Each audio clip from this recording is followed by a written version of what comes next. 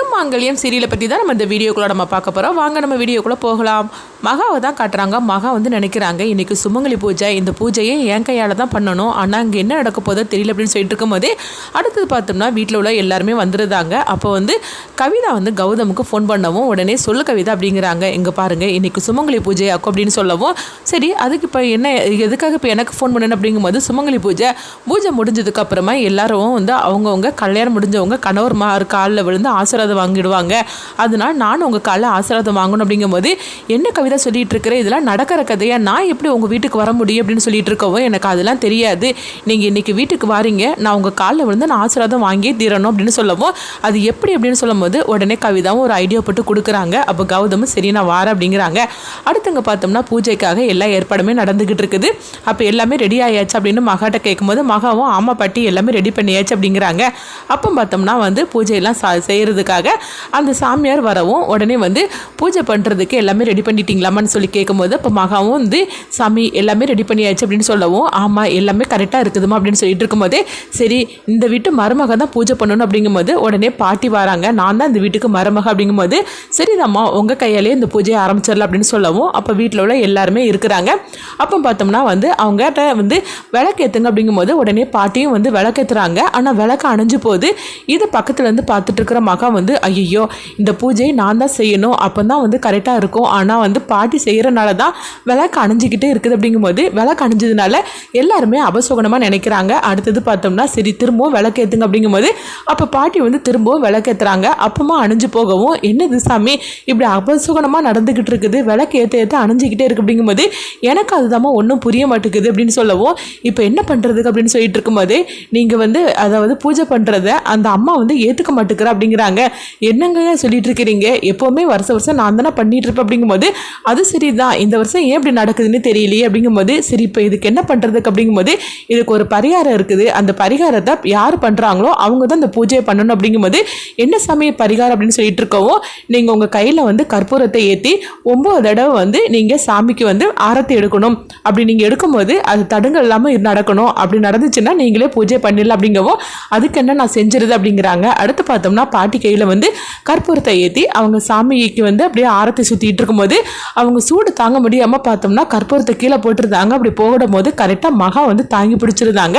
பிடிச்சதுமே வந்து இங்கே பார்க்கும்போது காஞ்சனா வந்து அதிர்ச்சி அடைகிறாங்க. காஞ்சனாவும் கவிதாவும் பார்த்துட்டு இது என்னது இந்த மாதிரிக்கு நடந்துக்கிட்டு இருக்குது அப்படின்னு சொல்லிட்டு இருக்கவும் அப்போ உடனே பார்த்தோம்னா அவங்க சாமியார் வந்து சொல்லிட்டு இருக்கிறாங்க கற்பூரம் கீழே விழும்போது இந்த பொண்ணு தான் பிடிச்சிருக்கிறா அப்படின்னா இந்த பொண்ணு தான் வந்து பூஜையை பண்ணணும் அப்படிங்கவும் இதை கேட்டதுமே வந்து அவங்க மகா வந்து ரொம்பவே சந்தோஷப்பட ஆரம்பிச்சிருந்தாங்க. நம்ம என்ன நினைச்சோமோ அது நடக்க ஆரம்பிச்சிருச்சு அப்படிங்கும்போது உடனே காஞ்சனா வந்து தடுக்கிறாங்க.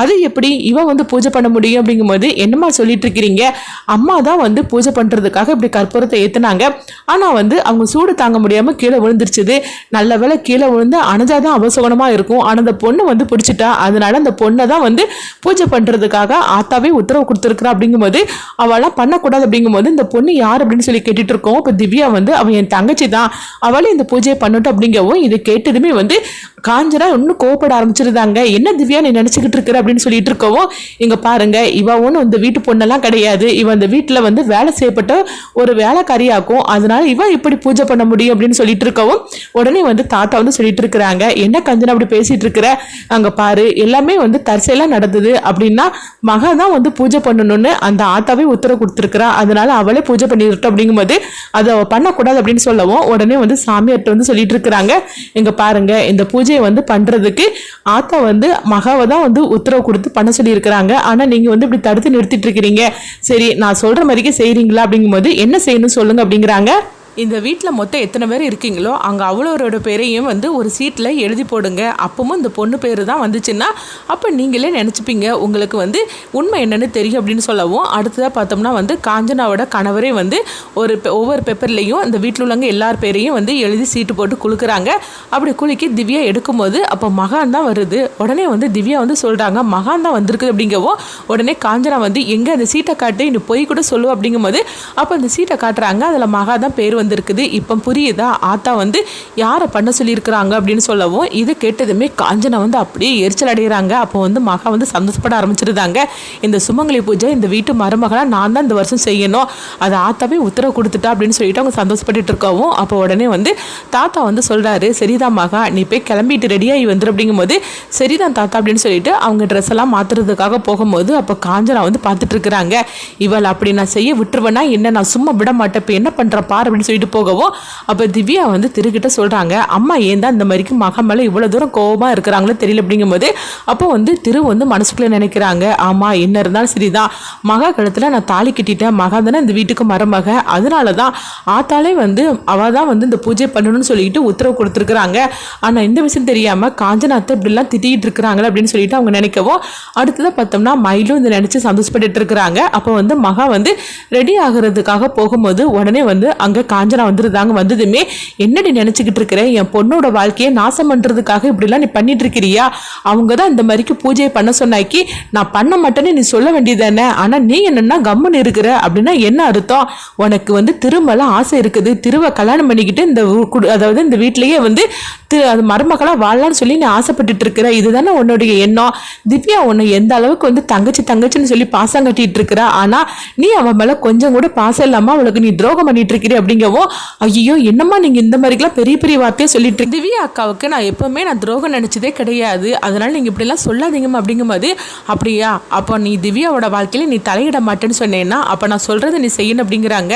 என்னம்மா செய்யணும் அப்படிங்கும்போது இங்கே பாரு இதில் டேப்லெட் இருக்குது, இதை போட்டாக்கி தூங்கிடலாம், அதனால இந்த டேப்லெட்டை போட்டுட்டு நீ தூங்கிடு, இந்த பூஜையை நீ பண்ணக்கூடாது அப்படின்னு சொல்லவும் இதை கிட்டதுமே வந்து திவ்யா அவங்க மகா வந்து அதிர்ச்சி அடைகிறாங்க.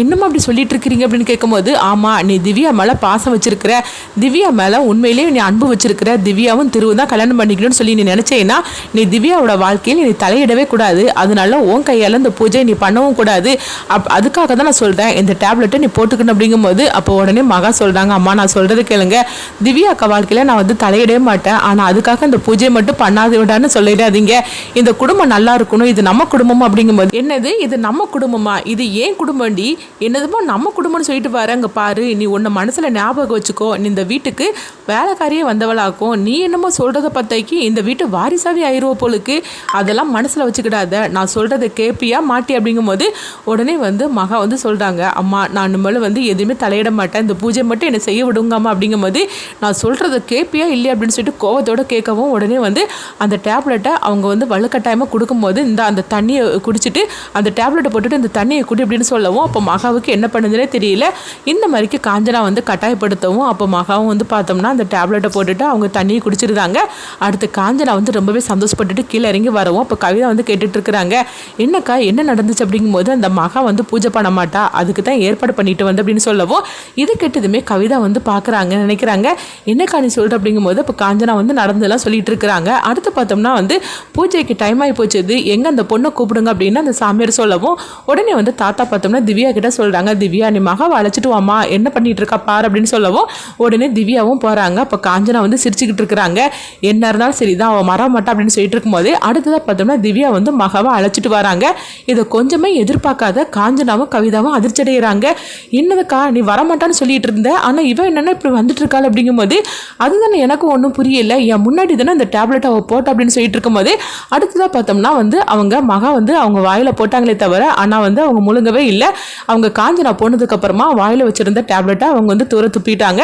ஆனால் இதை வந்து தெரியாத காஞ்சனா வந்து அதிர்ச்சடையவும் அடுத்தது பார்த்தோம்னா மகா கையாலேயே அந்த பூஜையெல்லாம் நல்லபடியாக செஞ்சு முடிக்கவும் அப்போ உடனே வந்து அந்த சாமியார் வந்து சொல்லிட்டு இருக்கிறாங்க, இந்த பொண்ணு கையால் நல்ல மாதிரிக்கு பூஜையெல்லாம் நடந்தது, அதனால இந்த குடும்பத்தில் இனிமேல் உங்களுக்கு நல்லதாக நடக்க போகுது அப்படின்னு சொல்லிட்டு இருக்கவும் இந்த பொண்ணு இந்த வீட்டுக்கு மருமகளாக வந்தால் இன்னும் நல்லா இருக்கும் அப்படின்னு சொல்லிட்டு போகவும் இது கேட்டதுமே காஞ்சனா அதிர்ச்சி அடைகிறாங்க. அடுத்ததாக பார்த்தோம்னா வந்து திருக்கிட்ட வந்து அவங்க மகா வந்து சொல்கிறாங்க, இங்கே பாருங்க இந்த பூஜை நான் தான் பண்ணணும்னு சொல்லிட்டு அந்த ஆத்தாவே உத்தரவு கொடுத்துருக்குறா, அதனால தான் நான் பண்ணினேன், என் மேலே உங்களுக்கு எந்த கோபமும் இல்லை அப்படிங்கும்போது எனக்கு எந்த கோபமும் இல்லை அப்படிங்கிறாங்க. அடுத்து பார்த்தோம்னா வந்து திவ்யா வந்து யோசிக்கிறாங்க, என்னது இங்கே நடக்கிறதெல்லாம் பார்க்கும்போது எனக்கே கொஞ்சம் வித்தியாசமாக இருக்குது, ஏன்னா அந்த வீட்டு மருமக தான் வந்து பூஜை பண்ணணும்னு சாமியார் சொல்லிட்டு இருந்தாரு, அப்படி இருக்கும்போது மகா தான் பண்ணணும்னு சொல்லிட்டு ஆத்தா உத்தரவு கொடுத்துருக்குறானா என்ன நடக்குதுன்னே தெரியல அப்படின்னு சொல்லிட்டு இருக்கிறாங்க.